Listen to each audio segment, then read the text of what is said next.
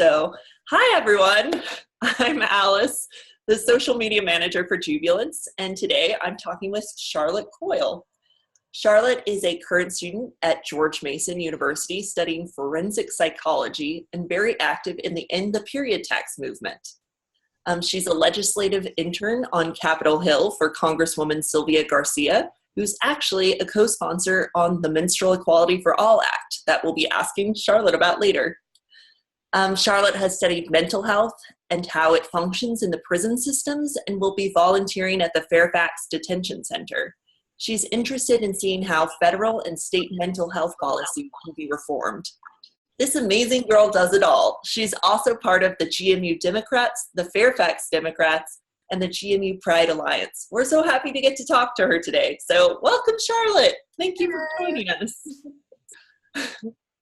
Yeah, so we're just gonna start off with some fun questions. What is your favorite food? Anything Italian, definitely. I love pasta, especially puttanesca. It's like this sauce. My mom used to make it for me all the time when I was little. It has olives, capers, garlic, onions in it. Super good. Definitely my favorite by far. That sounds so good. Do you have a favorite restaurant in the city, in DC? It's not a restaurant per se. I honestly go to more coffee shops than I do restaurants. Okay, cool. That's kind of my side hobby is I try to find all the best local coffee shops. Ooh. Probably my favorite in this area in Fairfax is Caboose Commons. Huh. It's this old warehouse. It's a 3-story warehouse. They turned into a brewery / coffee house, and they also have really good food. So it's a great place to study because you can get a coffee or a beer and a sandwich. And it's really good. Oh, that sounds awesome. Caboose Commons. So Yeah. Everyone in Fairfax should go. Yes, check it out. What are you watching on TV right now? I kind of go back and forth between either comedies or detective serial killer type of stuff. Completely different. Yeah, completely different. But I watched a show differently, or recently on Netflix called Broadchurch. It's a British. So good. You seen it? Yes. Yes, I love it. Yeah, I watched that recently. So good. And season 3 of Atypical just came out. Which I don't know if you've seen Atypical. I haven't seen that one. It's about a guy in college with autism, and it's a comedy, but it's also about him getting through college and life and everything, and it's really good. So I'm super excited that the 3rd season just came out.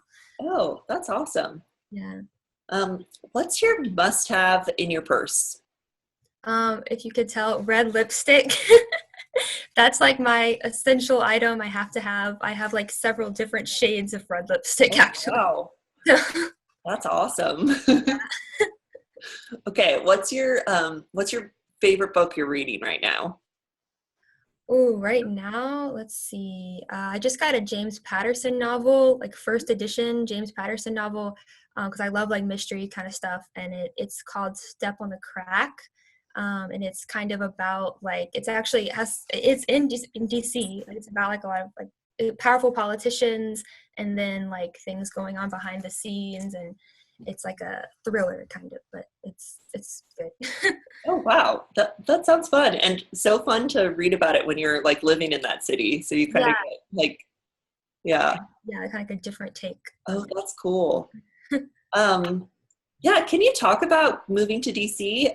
You said you grew up in Houston, and then you went to school and then transferred to GMU. Can you talk a little bit about that journey? Yeah, so I grew up in Louisiana. Actually, I was born in Baton Rouge, and I moved to Houston during high school. But yeah, so I went to college in Houston for my first 2 years at Lone Star, and I ended up transferring up here kind of just for a lot of different reasons, mainly because of their forensic psychology program at George Mason is really good. And it's kind of a unique field, so it's hard to find a school that offers courses in that. So that was cool that they had that. And then also just the proximity to DC was important for me because I've always been really involved in politics. And I did a lot of activist things in Houston, but there's so much here, and interning in DC as well is a great opportunity. So it's kind of what brought me up here. That's awesome. And what made you want to study forensic psychology? So, I mean, I've always been interested in the criminal justice system and how it works or doesn't work a lot of the time.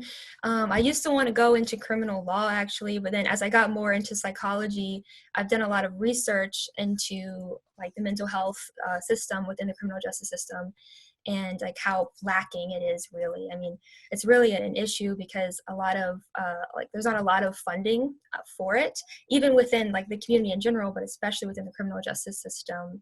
Both like the state, federal, and local governments do not give enough funding to be able to take care of people. And what happens a lot of the time, sadly, is that especially like in Houston, for example, the Harris County Jail has become the largest mental health facility in Texas. Which Wow. because a lot of the hospitals and facilities in the communities have had to close down or significantly reduce their size due to the lack of funding. And they just can't keep it up. They can't hire enough people to staff them. And it's very sad because people will be in and out of jail all the time for nonviolent offenses, things like trespassing or stealing, especially like with like drug, substance abuse related problems, and those often overlap with mental illnesses. So you have people that are in need of several different forms of treatment, just sitting in jail, not charged with anything, but they don't want to just send them back out on the street. But then they call up a mental health hospital and they're like, okay, well, it's going to be average 160-day wait to get them in here. Yeah, that's the average time. So 160-day wait. yeah, that's the average time in Texas. And so they're sitting in jail for 160 plus days, not charged with anything and not getting the treatment they need. That's insane. Yeah. And so finding out those kind of things through like research and talking to people was like, wow, okay, we have a lot of work to do. So that's what made me want to get into forensic psychology. Wow. And what do you want to do with that after school? I know there's like different routes you could go down in like the politics arena or like really working with inmates themselves. Do you have like an idea about that yet? I It's all the time in the world though. Yeah, I kind of I want to conduct a lot more research into like how to come up with safe and effective treatments for mental disorders, Wow. because that's kind of a major problem as well is, I mean, people having to go through several different kinds of medications that often make them worse than better when trying to figure out how to treat their mental disorder and different types of therapies. And so that's one thing I want to do is really focus on the research to how to come up with more effective treatments. And then like going into the criminal justice system, I would really want to work like in actual like detention facilities and everything, work with inmates in the courts, and really try to like individually help people get the resources they need to be able to thrive and have access to opportunities that are often stripped away from people that are involved in the criminal justice system or have, you know, some sort of criminal background. Wow, that's amazing. I really didn't know anything about that. Yeah. I have heard that it is hard to get feminine products into prisons and like have access for them for women. Yes, Um, yes. So, I mean, really, the criminal justice system was built with men in mind, as things often are. So, yeah. So, I mean, really, you know, women were not really expected to be incarcerated as much when the criminal justice system was being designed. Of course, now we have, you know, increasing numbers every year of women being incarcerated, and they honestly just really don't know how to deal with it.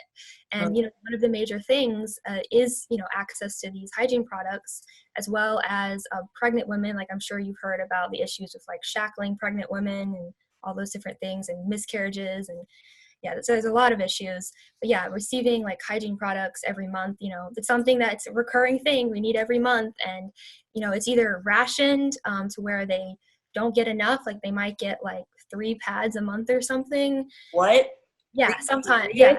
yeah, yeah, and then like, or they'll have to go buy them from commissary, and they can be $4 or $5 for one tampon or one pad.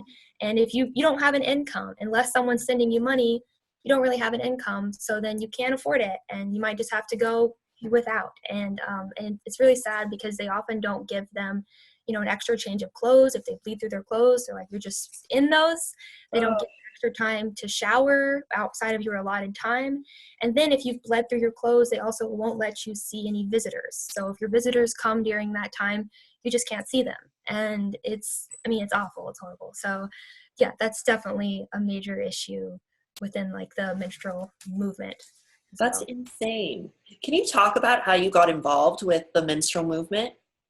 yeah, so I mean, the period movement, I kind of just heard about it first, just over social media and everything. And then I found out that GMU actually has a period movement chapter on campus.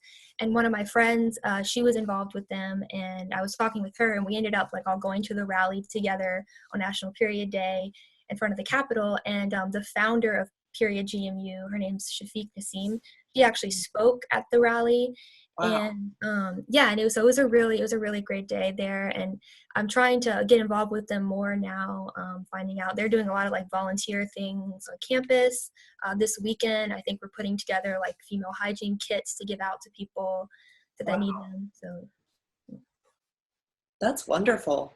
And you're kind of so you're also working on Capitol Hill at the same time, you said, and working for Congresswoman Sylvia Garcia, who's working on, I'm sorry, what is the word? The Menstrual Equality for All Act. Can you mhm. talk a little bit about that? Yeah. So working on Capitol Hill has been really, really great. It's kind of cool to be in like the middle of it all and seeing how it works. One of the coolest things for me is just how much I've learned so far. I've only been working there for a few months, but I've already learned so much because I've gotten to research so many different, like any topic you can name, basically, because current legislation, there's so much going on. And I kind of have to be well versed in it to be able to like both discuss and write back constituents, because that's one main part of my job. Oh, that's Is to so do that. cool. Yeah, so it's really cool to be able to talk to people and see what their different perspectives are. But yeah, so I've learned a lot doing that. And then like another thing I get to do is attend briefings about like just different topics. And there's all kinds of people that come and do briefings. I went to one recently that was hosted by Amnesty International, and it was about the treatment of trans women in detention facilities. And Oh, they had some women there that had recently been released from a detention facility in like New Mexico, and they were testifying, talking about their experience, and it was really like heart wrenching because they were treated terribly. Often trans women are like separated, isolated from everyone else. There was one woman there who had lost a lot of her teeth because she hadn't been given any treatment. She had like cavities and things, my and God. yeah, so it's really terrible, but it's something, it's just you get to really like educate yourself on all these issues that even Mm. if I knew about them before, maybe I didn't know about them as in depth. And like, it's different from like watching it on the news and then getting to actually be there and like talk to people, ask questions, talk to people that are making the laws. So it's really cool. And then yeah, Congresswoman Garcia is a co-sponsor on the it's called HR 1882, sorry, the Menstrual Whoa. Equity for All Act. It was introduced in May in the House, but it hasn't been brought up for a vote yet. It's kind of in committees right now. Congresswoman Garcia is on the Judiciary and the Financial Services Committee, which are both working on that bill. And it's basically, the bill is trying to increase the affordability and accessibility of menstrual hygiene products to people, to everyone, and to especially people who have limited access. Mhm. So the passage of that would ensure that people have free access to those products in schools, in detention facilities and incarcerated facilities, that large employers would have to provide them, and that Medicaid would have to cover the cost of those products for everyone that they provide for as well, and that all federal public buildings would have to provide those products for free. So it Wow. would be a major step in the right direction. That's amazing. I really hope that goes through. Yeah, me too. Yeah, Mhm. that's incredible. Um, can you talk about what your definition is for being a woman? I know it's like constantly changing and um, like just minute to minute, but what is it for you right now? For me, it really is just about like empowering myself and kind of breaking through my own barriers, and things that, as I've grown up, for example, like I grew up in a very Southern Baptist community, and like church and everything, and it was often kind of talked about, as women as kind of like second class citizens almost. That we're here to really like nurture and care for other people, but not so much really go after our own ambitions and goals, was kind of the message that I received a lot when I was younger from like my church and community. And it always made me uncomfortable, and I never liked that. And my whole thing, for me anyways, being a woman, is being able to have ambitions and goals and fight for myself to be able to do those things, as well as to empower other women to have those opportunities and be able to reach their goals. It's kind of my main thing, is kind of like me Yes. supporting other women. Yeah. Yas queen. Yes, that's amazing. So I just have so if a woman were to ask you on the street for a piece of advice and you could tell her anything, what would it be? So this is something that I've had to kind of learn the hard way, but I would probably say learn to put yourself first and love yourself, because that sounds kind of cliche, but honestly, it's a really hard thing to do. Especially like I said, like growing up in society that's telling you, you're supposed to care for and look out for others, it kind of almost leaves yourself out of the equation. And to me, it's like, yes, you should care for other people. Yes, you should look out for others, but you need to put yourself first, and you need to love yourself, because that's, if your mental health isn't okay, if you're not okay, if you can't support yourself, then nothing else is going to matter anyways. So that's what I've had to learn kind of growing up, is like, you have to learn to be there for yourself, because at the end of the day, you're the only one that's going to support yourself anyways, so yeah. Yeah, that's very true. That's something I still need to work on. Yeah. And I think everyone is working on, like, Yeah. throughout your whole life. Yeah, it's Yeah. difficult. Charlotte, what's next for you? Do you have this thing on the hill? So have you started volunteering at the Fairfax Detention Center yet? I'm going to be starting that soon. Wow. Yeah, I've met with some people who work there and kind of discussing what I'm going to be doing. So I'm going to be helping like teach classes there, anything from like anger management classes to like impact of crime, to also to job skills and just like life skills. I'm going to be helping with that there, and hopefully I will be starting within the next few weeks. Been discussing that. Yeah, it's a really good program they have there. And our sheriff in Fairfax County, her Sheriff Kincaid, she just got reelected like last week. So, yeah. But she actually started up this program and started up like a court in Fairfax County that's meant specifically to kind of redirect nonviolent offenders to like treatment and care, or group homes if needed, rather than sending them to jail, which is amazing. And we need that in like every county across the country. So she's done a really good job with that. And that's kind of part of the program that I'm going to be helping with. So. Oh, that's amazing, Charlotte. Wow. Yeah, I look forward to hearing more about it and like seeing what you're up to on social media. Is there anything else you'd like to add for our listeners? I'd like to say, let's see, a couple of things. Great.